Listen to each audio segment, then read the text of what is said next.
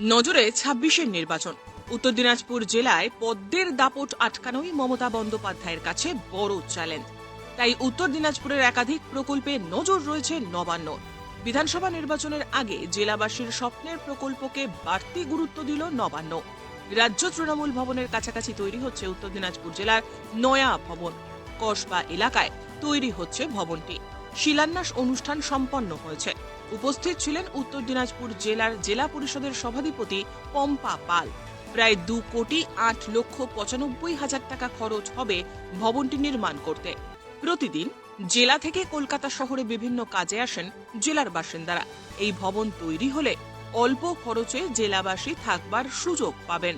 এই প্রকল্পটিকে গুরুত্ব দিয়ে দেখছেন জেলার প্রশাসনিক কর্তারাও। তাছাড়া বিধানসভার আগে তৈরি হলে মানুষের কাছে তুলে ধরা যাবে, কারণ প্রকল্পটি নিয়ে সাধারণ মানুষের আগ্রহ রয়েছে।